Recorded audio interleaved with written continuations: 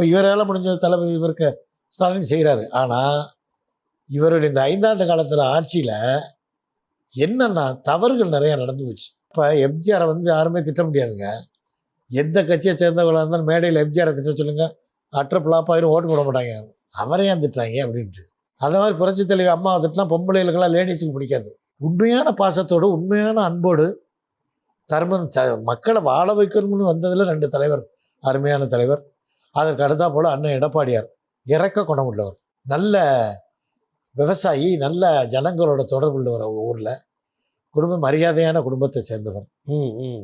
யார் போனாலும் பாசமாக உட்கார வச்சு அன்பாக பேசி அன்பாக பழகி உதவிகள் செய்யக்கூடிய எண்ணம் உள்ளவர்.